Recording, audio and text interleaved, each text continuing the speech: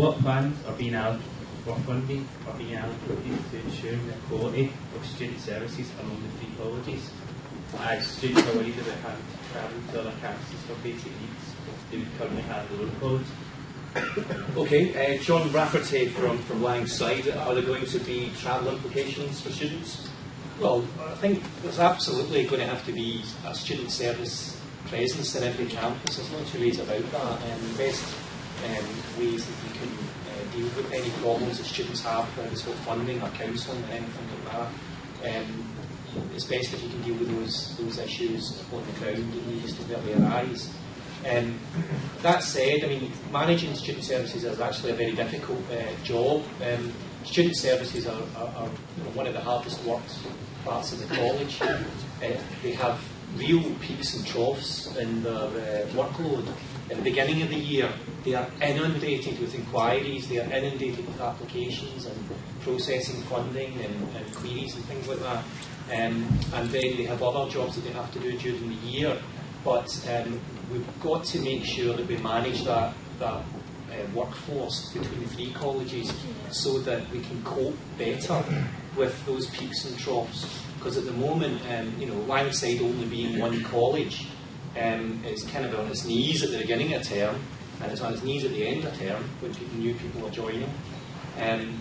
But you have spare capacity at other times of the year, and hopefully, as part of a merged college, we'll have a bigger collaborative workshop. We'll also have other methods, and we've observed that in Cardonald and in Anniesland, they have some quite clever ways of making use of that workforce so that they're always busy.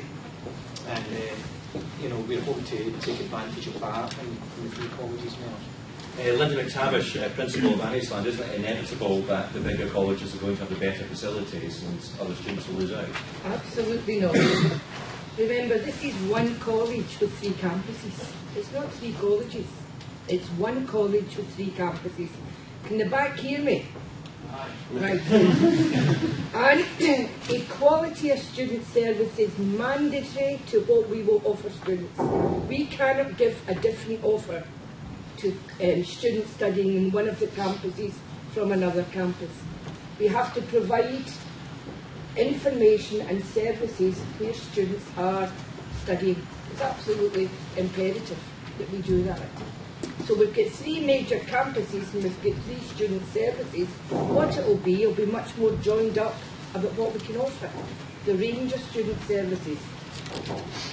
We've got a work stream for this just now, and students have been asking if they can get on some of the work streams. And one of the work streams that we think that would be very, very beneficial in having students on is the work stream that's looking at this, so students can actually help shape the new services. The people who will be working still within student services are the people whose prime task is actually to work with students and help get you the information that you require, produce and deliver bursaries and all the support that you need, childcare, etc., and for any discretionary funds, emergency funds. So we need to ensure, and that's what we're working on just now. It's the biggest work stream that we've got because it involves so many different aspects of what we understand to be student services. Okay, just before I go to a question up here, Susan Walsh, Principal at Cardonald, this whole merger surely is about saving money. Surely student services are going to suffer, aren't they?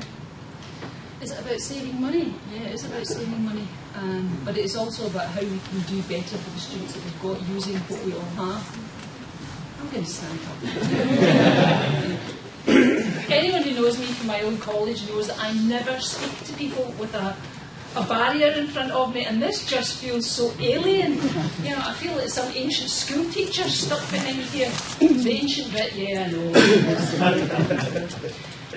The merger has come about because of government policy. Everybody knows that. But it's also being done in the context of having funding cuts. And one of the things that Robin mentioned, I'll come back on the stream at some point, honest. One of the things that Robin mentioned was about, can we make a commitment to keep the same amount of provision for supported learning in each campus? And our answer to that is no. And I was really interested in this, right? I'll go on, I'll sign it, right? But sometimes we need people to use their voice for the college sector.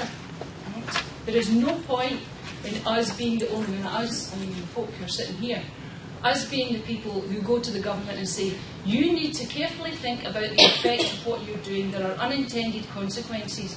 And Robin mentioned that students with additional learning needs are being adversely affected. They are not being more adversely affected than other students, but all students are being affected. So we need to be careful about what we do. But female students are also deeply affected in this. You look at the number of women who are not going to have access to the FE provision that would have changed their lives and their families' lives in the future. So the purpose of education isn't just about supporting the key sectors for the economy. It is also about helping people build their lives. That's what I've been doing for the last 20 odd years, and so has Linda, and so has David. So there's a big thing about what's education about. Now, you're asking about student services.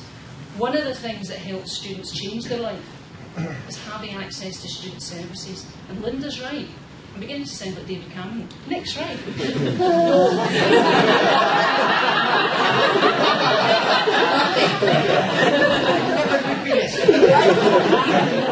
And it's, you know, it is about having equitable services. We might keep all the bursary processing people in one building, but you will see the face of bursaries in your own campuses. So what will actually happen is you will see a diminution of everything that happens in the sector, in lots of areas. In some areas you will see growth because that's what the economy needs and that's what the government are telling us to do. But the big thing is about that we keep in mind the purpose of further education. It is unique. It's totally different from schools and universities. We're unique, and we need to make sure that we keep that in our heads as we are planning your future.